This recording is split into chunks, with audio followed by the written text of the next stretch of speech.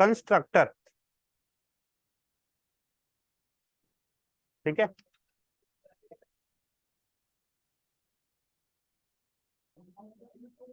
ठीक है, कंस्ट्रक्टर क्या होता है?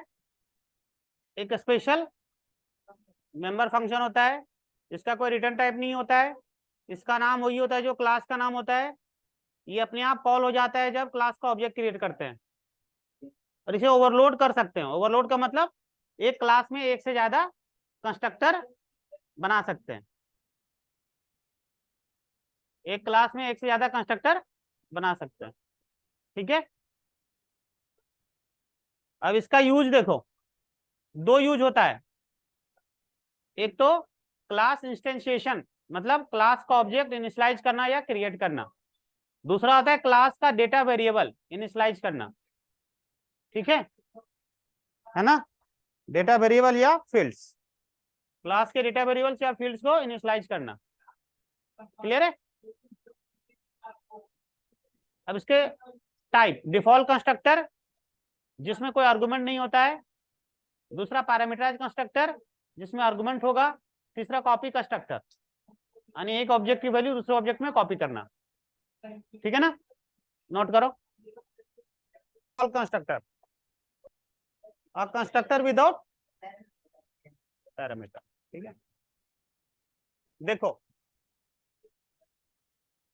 हमने कोई क्लास बनाया, क्लास का नाम दे दिया एबीसी।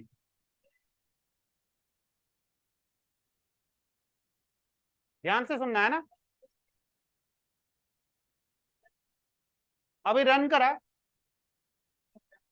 कोई एरर नहीं है। इस क्लास में कंस्ट्रक्टर है कि नहीं है कि नहीं है। हाँ है, यहाँ कंस्ट्रक्टर है, ठीक है। इसी को बोलते हैं डिफॉल्ट कंस्ट्रक्टर, जो अपने आप बनता है। डिफॉल्ट का मतलब जो अपने आप बनता है, ठीक है। यहाँ पे कंस्ट्रक्टर है, इसको बोलते हैं इम्प्लिसिटली। अच्छा, इसका प्रूफ दिखाएं। प्रूफ ये है कि यदि ये कंस्ट्रक्टर होगा यहाँ पे, है ना। कंस्ट्रक्टर क्या डेफिनेशन बोलता है? क्लास के नाम से फंक्शन, ठीक है। तो यदि यहाँ फंक्शन होगा तो यहाँ पे क्लास के नाम से फंक्शन कॉल हो जाएगा। देखते हैं कॉल होता है कि नहीं होता है।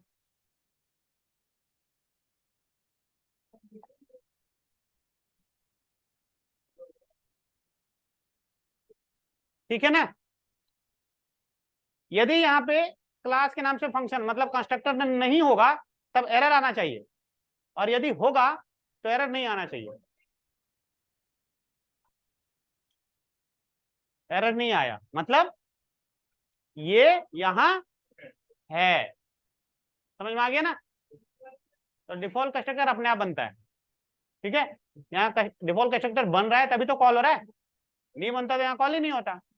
क्या एफ नाम का फंक्शन यहाँ कॉल कर सकते हैं?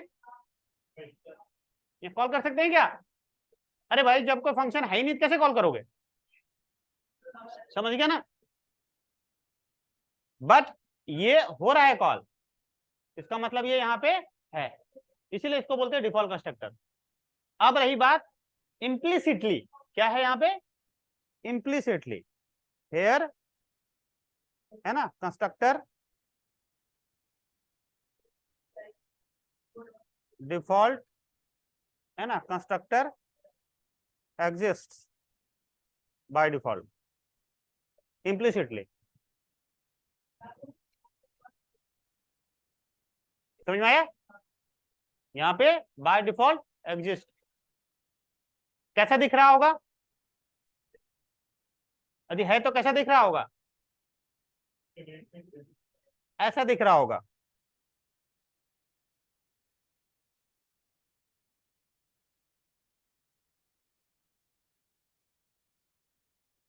ऐसा दिख रहा होगा। समझ में आया? क्लियर है? लिखो, ये होता है डिफॉल्ट कंस्ट्रक्टर। इसी को एक्सप्लिसिटली दिखाना है तो कैसे करेंगे?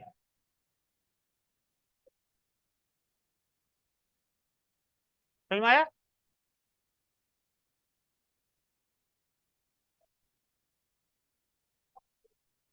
कोई दिक्कत? अब ये हो गया एक्सप्लिसिटली,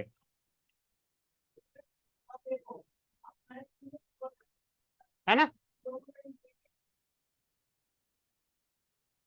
लिख लो।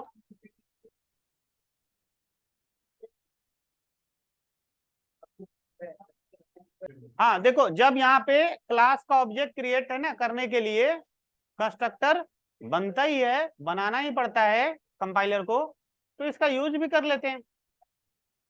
ठीक है, तो जो वैल्यू सेट वाला काम था ना वो इसके अंदर कर देंगे। एक बार हेलो डिस्प्ले करके देख लेते हैं ये सच्ची में एक्सेस होता है या फिर मजाक कर रहा है। ठीक है,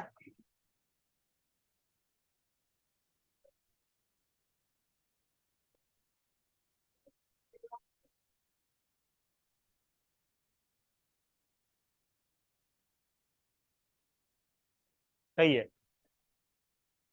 मतलब हाँ ये सही बात है ना, ये काम कर रहा है। ठीक है, देखो अपने आप कॉलर है ना, ऑब्जेक्ट बना रहे तब। ठीक है, तुम इसको ऐसे भी लिखते हो ना तो भी अपने आप कॉल हो जाता है। यहाँ ये अपने आप कॉल हो जा रहा है। ठीक है,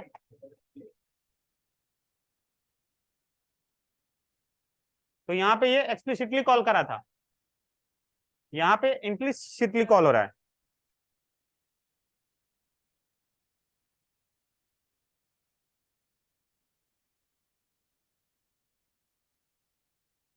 समझ में आ रही बात? कॉल हो रहा है ना, इसको तुम ऐसे भी लिख सकते हो।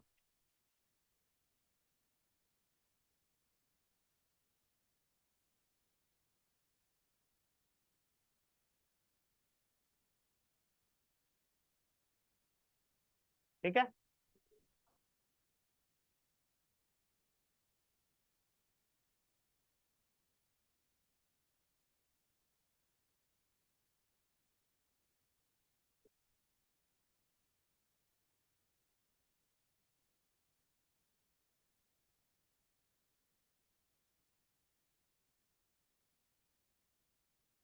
यहाँ पे क्या हो रहा है, कंस्ट्रक्टर कॉलिंग एक्सप्लिसिटली। समझ में आ गया? क्लियर है?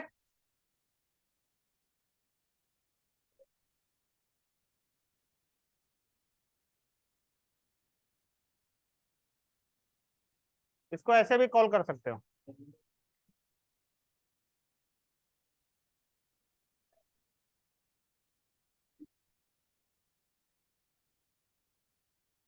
स्टार भी लगा सकते हो, यानी पॉइंटर ऑब्जेक्ट। अब जब पॉइंटर ऑब्जेक्ट लिखोगे तो यहाँ न्यू लिखना पड़ेगा, क्योंकि जो है ना पॉइंटर है वो एड्रेस पे काम करता है, मतलब डायनेमिक मेमोरी एलोकेशन। तो डायनेमिक मेमोरी एलोकेशन जो होता है वो न्यू से होता है। कैसे होता है? तो इसे तुम डिलीट भी कर सकते हो, जबकि इसको डिलीट नहीं कर सकते। ये बेनिफिट होता है, और ये फास्ट भी चलता है। ये इतने अलग अलग तरीके हैं, है ना, ऑब्जेक्ट बनाने के।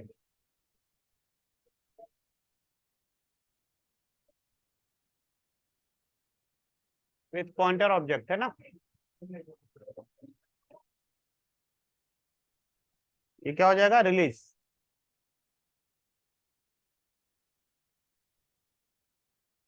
रिलीज मेमोरी ऑफ, है ना, पॉइंटर ऑब्जेक्ट।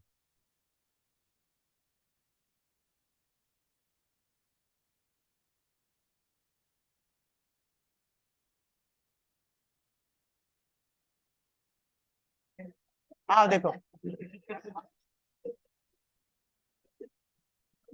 ठीक है।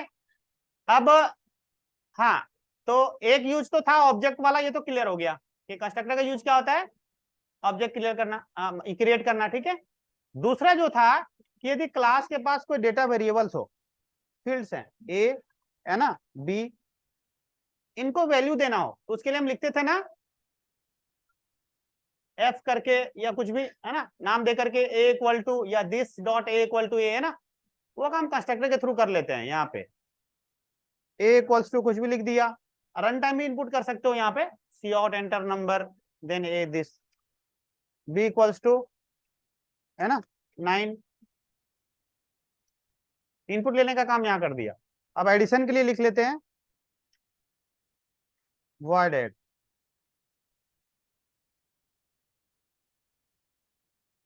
ठीक है। अब यहाँ लिखते हैं सी आउट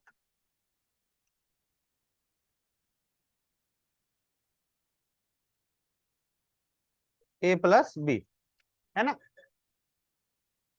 अब ये तो अपने आप कॉल हो जाएगा। रही बात ये, यदि ये नॉर्मल ऑब्जेक्ट होता ना तो डॉट के साथ कॉल करते हैं, लेकिन यदि पॉइंटर होगा तो एरो के साथ कॉल करना पड़ेगा, ये ध्यान रखना, बस अंतर इतना सा है।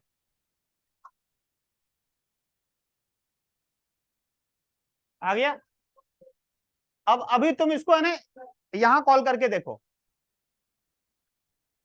तो देखो यहाँ डिलीट हो चुका है ना, तो नहीं आएगा। क्या दे दिया, मेमोरी एड्रेस दे दिया। क्या दे दिया, मेमोरी एड्रेस या गार्बेज वैल्यू जिसको बोल सकते हो, समझ में आया? क्योंकि तुमने यहाँ पे ऑब्जेक्ट ही डिलीट कर दिया है ना, तो ऑब्जेक्ट ही डिलीट कर दिया तो क्या देगा यहाँ पे, ये पी करा था, इसके बाद जितनी थे ना वैल्यू वो गया, ठीक है।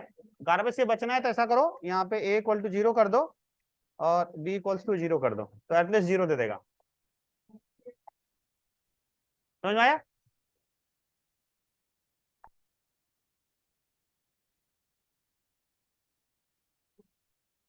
फायदा नहीं है, वो तो हर बार 0 दे देगा फिर। हाँ कोई उपाय नहीं है ना। चलो फिर अलग कुछ लिख सकते हो यहाँ पे, void ऐसे लिख लो सेट डेटा, यहाँ लिख दो a इक्वल टू 0 और b इक्वल्स टू 0, और ये वाला यहाँ पे कॉल कर दो, है ना, इसके डिलीट के बाद पी एरो क्या था, तो एटलीस्ट गार्बेज नहीं देगा। आई बात समझ में, 0 दे दिया ना, क्यों पी, ये पॉइंटर ऑब्जेक्ट है ना, नॉर्मल ऑब्जेक्ट के साथ करते तो डॉट लगता है, पॉइंटर ऑब्जेक्ट में एरो लगता है, ठीक है। ऐसे कर सकते हो, नोट करो।